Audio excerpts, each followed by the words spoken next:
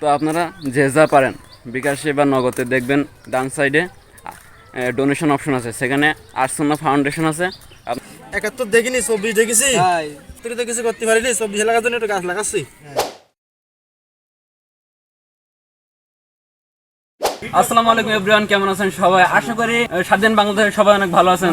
আর এই বাংলাদেশে যাদের জন্য স্বাধীন হলো, যাদের রক্তের বিনিময় এই বাংলাদেশে আমরা পেয়েছি, তাদের স্মৃতিস্মরণে, তাদের শহীদদের স্মৃতিস্মরণে আমরা মঠবাড়ি হিলফিল পুজল তরুণ যুব সংঘের পক্ষ থেকে আমরা কিছু গাছ লাগাবো। তো সবাই চলেন ভিডিওটা দেখতে থাকেন ইনশাল্লাহ।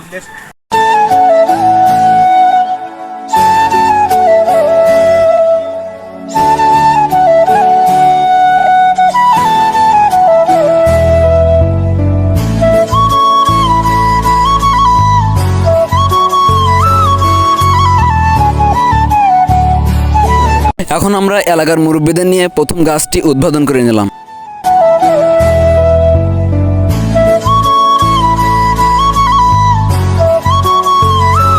গাছ লাগান, পরিবেশ বাঁচান। পরিবেশ বাঁচাতে সবাই গাছ লাগান।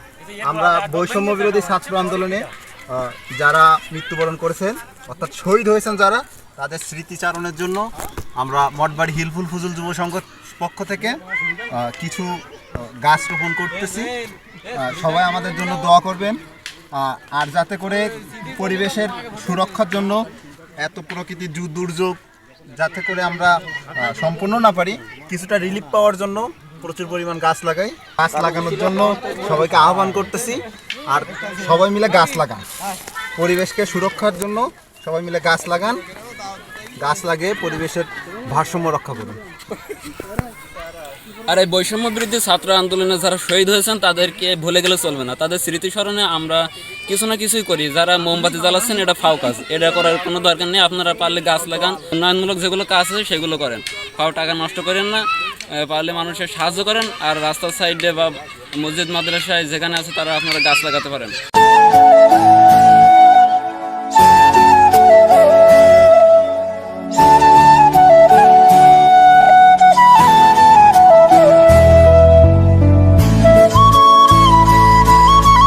শালকা কিছু বলো আমাদের গাছ লাগানো সম্পর্কে।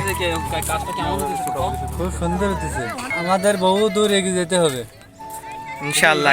আবু সাইদ, এটা আবু সাইদ গাছ, ওটা মিরমুগ্ধ গাছ। রাফি, মিরমুগ্ধ, আদনান, আবু আদনান গাছ এটা।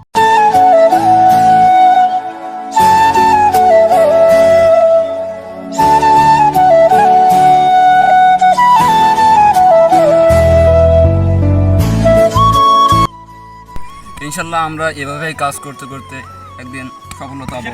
আর আমরা যদি কাজ না করি, আমাদের পরবর্তী প্রজন্ম কীভাবে এসবগুলো করবে? আমাদের দেখেই তো তারা শিখবে। আমাদের বড় ভাইরা যারা আছে তাদের দেখেই আমরা শিখেছি কীভাবে মানুষের পাশে দাঁড়াতে হয়, কীভাবে সামাজিক উন্নয়ন করতে হয়। ইনশাল্লাহ ভালো কিছু হবে। মঠবাড়ি হিলফুল ফুজুল তরুণ যুব সংঘের পক্ষ থেকে কোটা আন্দোলনের যে সমস্ত ছাত্রছাত্রীরা শহীদ হয়েছে এবং মরহুম আল্লামা দেলোয়ার হোসেন সাইদের মাগফিরাত কামনায় আমরা সামান্য কিছু দেওয়ার জন্য চেষ্টা করছি। তো আমরা তাদের রুহের মাগফিরাত কামনায় কিছু গাছ লাগানোর নিয়াত করছি এবং সেটাও বাস্তবায়ন করতেছি। তো যারা আমাদের ভিডিও দেখছেন সকলে আমার জন্য দোয়া করবেন যেন আমরা এরকম ভালো ভালো কাজ বেশি বেশি করতে পারি। আসসালামু আলাইকুম দাদু।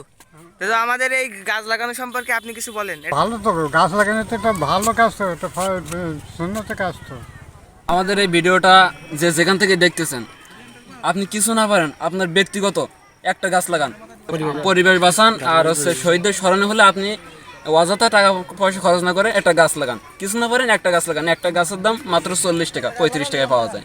আপনার বাড়ির আঙানে লাগান বা রাস্তাঘাটে লাগান, একটা গাছই লাগান। এই গাছের যখন আপনি দেখবেন, তখন এই যে আমাদের শহীদ ভাইদের জন্য এই গাছটা আমরা লাগাইছি, তখন শহীদদের কথা মনে উঠবে। তখন এই বাংলাদেশ কীভাবে স্বাধীন হয়েছে আপনার মনে পড়বে। এটা থেকে আবার মনুষ্যত্ব জাগ্রত হবে। শেষ পর্যায়ে এসে গেছি। তবে সবার কাছে একটা অনুরোধ, আমরা নিজের থেকে একটা করে গাছ লাগাই। তাহলে আমরা বাংলাদেশে এখন প্রায় মানে সমস্ত বয়সের ছেলে মেয়ে দিয়ে প্রায় 20 কোটি মানুষ আছে। 20 কোটি মানুষ যদি একটা করে গাছ লাগাই, তাহলে 20 কোটি গাছ।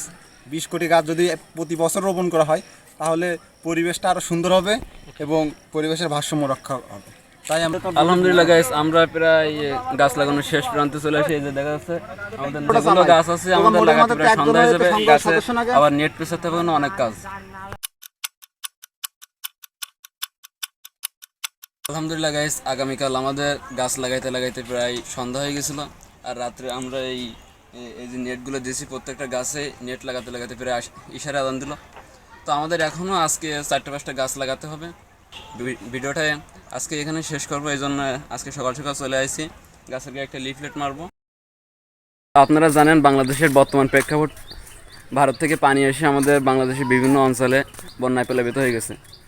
তো আপনারা যে যা পারেন বিকাশে বা নগদে দেখবেন ডান সাইডে ডোনেশন অপশন আছে, সেখানে আর্টসন্না ফাউন্ডেশন আছে, আপনারা সেখানে কিছু ডোনেট করতে পারেন। সবার বিকাশে 10 টাকা বা 5 টাকা এমনিই পড়ে থাকে, তো আপনি যদি 10 টাকা দেন সেটাই এনাফ। আর ইতিমধ্যে আপনারা জানেন আমাদের পাইকগাছায়ও কিছু বন্যায় প্লাবিত হয়ে গেছে। তো আমাদের বৈষম্য বিরোধী কয়রার ছাত্ররা যে সংগঠন আছে সেখান থেকেও তারা চেষ্টা করতেছে কিছু কালেকশন করে দেওয়ার জন্য। তো আপনারা আমাদের স্ক্রিনে দেওয়া নাম্বারে যে যা পারেন ইনশাল্লাহ দেবেন। আপনার 1 টাকা বাঁচাইতে পারে একটি মানুষের প্রাণ। যারা বন্যায় প্লাবিত হয়ে যাচ্ছে তাদের দেখে আসলে চোখে পানি রাখা যায় না। আসলে এমন মর্মান্তিক ঘটনা বাংলাদেশে এর আগে ঘটেছে কিনা জানি না, অনেক ভয়াবহ পরিস্থিতি। তো আপনারা যে যা পারেন ইনশাল্লাহ সেখানে দেবেন আর দোয়া করবেন। আর আমাদের দোয়া ছাড়া আর কিছু করার নেই।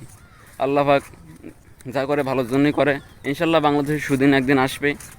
তো আপনারা যা পারেন এই নাম্বারে দিবেন।